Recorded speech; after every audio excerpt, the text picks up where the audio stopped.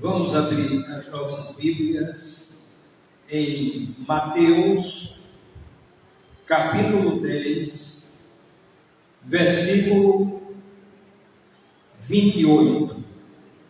Mateus, capítulo 10, versículo 28. Os irmãos e as irmãs podem permanecer assentados e assentadas como estão. Diz o seguinte, Mateus 10, 28. E não temais os que matam o corpo e não podem matar a alma. Temei antes aquele que pode fazer perecer no inferno tanto a alma como o corpo. Repetindo, e não temais os que matam o corpo e não podem matar a alma. Temei antes aquele que pode fazer perecer no inferno tanto a alma como o corpo. Duas palavras que nós destacaremos aqui. A palavra temor, quando diz, e não temais. Temer, temor. Que no original significa medo. Temor, aqui nesse contexto, não significa reverência, significa medo. Então, o que é que Jesus está dizendo? Para que nós não tenhamos medo daqueles que matam o corpo, mas que nós tenhamos medo daquele que pode fazer perecer no inferno tanto a alma como o corpo. Portanto, o tema dessa reflexão é uma pergunta: quem tem medo do inferno? Quem tem medo do inferno? E por que essa pergunta? Porque nesse texto que Jesus falou aqui, ele está dizendo que devemos temer, isto é, ter medo daquele que pode fazer perecer no inferno tanto a alma como o corpo. Agora, podemos fazer outras perguntas dentro dessa mesma pergunta. Por que ter medo do inferno? E nós vamos aqui analisar alguns textos, e cada um desses textos que forem aqui analisados, a gente vai concluir que de fato nós devemos ter medo do inferno. O primeiro texto que nós vamos analisar aqui, Apocalipse, capítulo 20, versículo 15.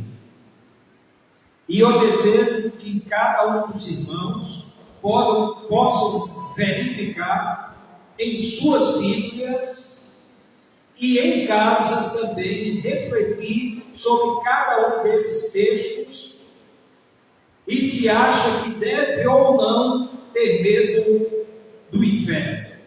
Apocalipse, capítulo 20, versículo 15. Olha o que é que diz. E todo aquele que não foi achado inscrito no livro da vida foi lançado no lago de fogo. Lago de fogo é uma outra expressão, é um sinônimo para a palavra inferno. Repetindo, e todo aquele que não foi achado inscrito no livro da vida, foi lançado no lago de fogo. Em Mateus, capítulo 25, versículo 41, Jesus acrescenta algo a este fogo. Mateus, capítulo 25, versículo 41. Então dirá também aos que estiverem à sua esquerda: apartai-vos de mim, malditos, para o fogo eterno, preparado para o diabo e seus anjos. Então veja que Jesus acrescenta a temporalidade. Não é um lago de fogo qualquer. E qual é a temporalidade que Jesus coloca aqui? Apartai-vos de mim, malditos, para o fogo eterno. A palavra eterno significa para sempre. Portanto, de lá não há possibilidade de sair. Repetindo, Mateus 25, 41. Quem está dizendo isso e quem está alertando é Jesus Cristo. Então dirá também aos que estiverem à sua esquerda: apartai-vos de mim, malditos, para o fogo eterno, preparado para o diabo e seus anjos. Agora Jesus dá um adjetivo para este fogo eterno. Mateus, capítulo 25, versículo 46.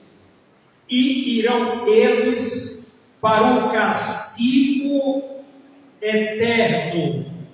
Portanto, castigo significa punição.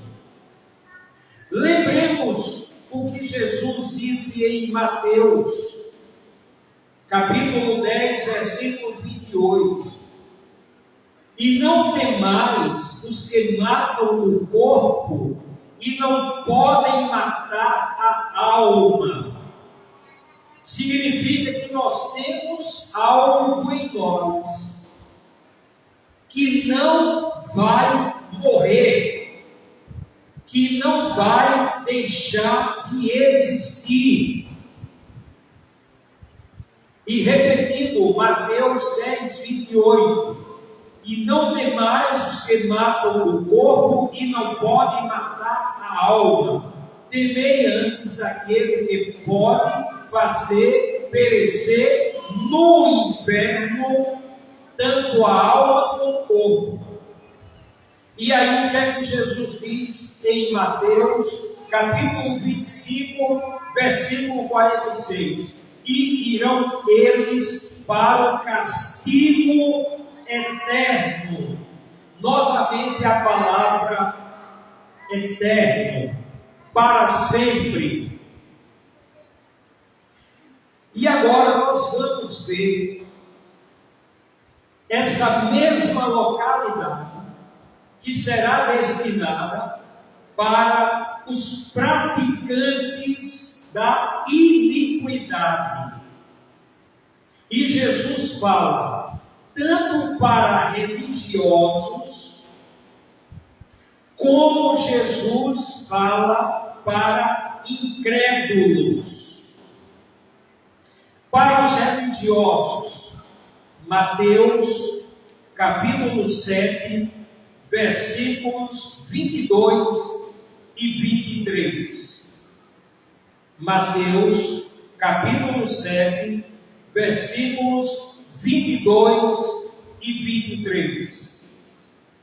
Muitos me dirão naquele dia: Senhor, Senhor, não profetizamos nós em teu nome?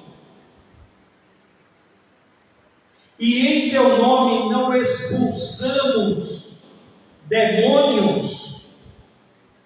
E em teu nome não fizemos muitos milagres? Essa pessoa aqui, a qual Jesus está dizendo, apresenta um currículo religioso: profetizar, expulsar demônios e fazer muitos milagres. Qualquer pessoa que apresentasse um currículo religioso desse para nós iríamos dizer que isso é um santo. Esse aí só falta umas asinhas para sair voando. Ora, currículo religioso: profetiza, expulsa demônios e opera milagres. Currículo religioso. Se uma pessoa diz isso para nós estamos vendo a aparência. Mas Jesus não vê a aparência. Jesus vê o coração. E aí veja o que é que Jesus diz em Mateus capítulo 7, versículo 23. Então lhes direi claramente: nunca vos conheci, apartai-vos de mim, vós que praticais a iniquidade. E agora a gente para pensar: alguém que profetiza, alguém que expulsa demônios, alguém que opera milagres, mas vive na prática da iniquidade ao mesmo tempo. É um religioso de fachada, ou uma religiosa de fachada. E quem está dizendo não é o pastor Gilmar, quem está dizendo é Jesus. Ele não está preocupado com a aparência, ele não está preocupado com currículos religiosos. Veja o que é que Jesus diz: muitos me dirão naquele dia. Qual dia? O dia do juízo. Muitos me dirão naquele dia: Senhor, Senhor, não profetizamos nós em teu nome? E em teu nome não expulsamos demônios? E em teu nome não fizemos muitos milagres? Então lhes direi claramente: nunca vos conheci, apartai-vos de mim, vós que praticais a iniquidade. A religiosidade, ela deve ser no coração e na vida prática. Sintonia entre teoria e ações. Nós não podemos estar aqui na casa de oração como faz de conta. Nós estamos aqui na casa de oração e o nosso coração e a nossa vida lá fora deve expressar exatamente aquilo que nós fazemos aqui dentro. Sintonia entre coração e prática. E o que é que Jesus está dizendo aqui? Tudo bem, essas pessoas apresentaram este currículo: profetizava, expulsava demônios e operava muitos milagres, mas viviam na prática da iniquidade. No entanto, dentro da igreja. Mas esse julgamento é o julgamento do Senhor Jesus. Quando ele falou da parábola do joio e do trigo, e disseram que a gente tire o joio, Jesus disse: nada disso. deixai-os crescer juntos. No dia do juízo, Jesus é quem sabe quem é joio e quem é trigo. Isso foi a palavra de Jesus para os praticantes da iniquidade religiosos. Mas Jesus falou também para os incrédulos. Mateus 24, 12. E em ambos os contextos, Jesus está falando em relação ao juízo final. Mateus 24, 12.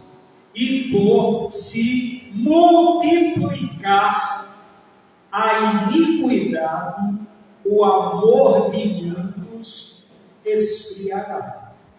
E aí a multiplicação da iniquidade não é só nos religiosos. A multiplicação da iniquidade é geral. E o que é iniquidade? Iniquidade, a palavra original é anomia. É alguém que vive sem limite, sem lei. Vive nesta vida como se não tivesse nenhuma linha para que ele chegasse e dissesse: bom, eu tenho que parar disso. Essa linha é o limite. Essa linha é uma divisória do padrão de comportamento de um cristão. E o que é iniquidade? Significa o pecado em proporções catastróficas. E o que é o pecado em proporções catastróficas? Duas coisas que podemos dizer. O pecado quando se transforma em lei, ou o pecado quando é aceito por toda a sociedade como se fosse uma coisa normal, mesmo sem se transformar em lei. Mas a sociedade aceita aquela prática que é abominável aos olhos do Senhor, como se fosse uma prática normal. Isso é o pecado em proporções catastróficas. E Deus destruiu uma geração toda por conta do pecado em proporções catastróficas. Foi a geração de Noé. Noé achou graça aos olhos do Senhor. E Deus disse para Noé construir uma arca, para que ele fosse salvo junto com sua família. E o outro exemplo do pecado em proporções catastróficas foi Sodoma e Gomorra, que Abraão intercedeu: se tiverem tantos, Deus disse, eu vou poupar toda a cidade. Se tiverem tantos, Deus disse, eu vou poupar. Nem aquela quantidade mínima que Abraão, na oração, intercedeu a Deus tinha. Aí, o que aconteceu? Saiu Ló, sua família. E o que aconteceu com a mulher de Ló está registrado em Lucas 17, 32. Lucas 17, 32. Lembrai-vos da mulher de Ló. E o que ocorreu com a mulher de Ló? Ela se transformou numa estátua de sal. Por quê? Porque olhou para trás. Então, Jesus estabelece dois comparativos quando ele fala do juízo final. Assim como foi nos dias de Noé, assim como ocorreu em Sodoma e Gomorra, vai ocorrer por ocasião do fim do mundo. E aí, o que é que Jesus diz como sinal do fim do mundo? E por se multiplicar a iniquidade, o amor de muitos esfriará. Mas vamos para a pergunta: Quem tem medo do inferno? Aí eu pergunto, alguém pode brincar com algo que é para sempre, fogo eterno? Alguém pode brincar com um lugar que Jesus diz, castigo eterno, isto é, para sempre? E as pessoas devem saber que um dia estarão dentro do caixão, mais cedo ou mais tarde, todos nós partiremos para a eternidade. E temos algo em nós que ou o céu ou o inferno. Não existe um meio termo. E quem é que diz isso? Não é o pastor Gilmar, não. Quem diz isso é nosso Senhor e Salvador Jesus Cristo. Mateus, capítulo 25, versículo 46. E irão eles para o castigo eterno, mas os justos para a vida eterna. Dois lugares, céu ou inferno. Mas a pergunta, quem tem medo do inferno?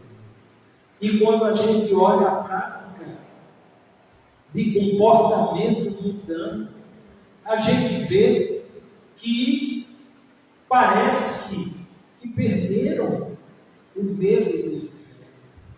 E tem muitos que nem querem ouvir falar de inferno. É uma pregação dura, mas é uma pregação curativa, para que a gente saiba que quando a gente aceita Jesus como único e suficiente Salvador, nós estamos nos libertando da punição do inferno. Não iremos para aquele lugar. E ai daquele que olhar para trás como uma mulher de Ló. Ai daquele olhar para trás, figurativamente, significaria se desviar. Começou bem, teve uma vida durante bem, e quando já está chegando ao final se desvia. Eu quero saber mais de Jesus. Quem não quer saber de Jesus, quer saber, sabe de quê? Do inferno. Essa aqui é a verdade. Quem não quer saber de Jesus, quer saber do inferno. Então que nessa noite a gente pare para pensar naquilo que Jesus falou. Não é o que o pastor Gilmar falou. Os irmãos têm aí em suas Bíblias, as irmãs têm aí em suas Bíblias. Quando chegar em casa, releiam e falem com seus familiares, para que eles, pelo menos, atentem de que um dia estarão no caixão e que a alma terá um destino e que esse destino será céu ou inferno. Portanto, que nesta noite a gente pense nessa pergunta: quem tem medo do inferno? Eu tenho, e nem quero ir para lá. Eu tenho e nem quero ir para lá. Porque com essas descrições que foram ditas aqui, a gente tem que tremer e temer. E foi Jesus que disse: e não temais os que matam o corpo, e não podem matar a alma. Temei antes aquele que pode fazer perecer no inferno, tanto a alma como o corpo. Que Deus coloque essas verdades em nossas mentes, em nossos corações. Amém.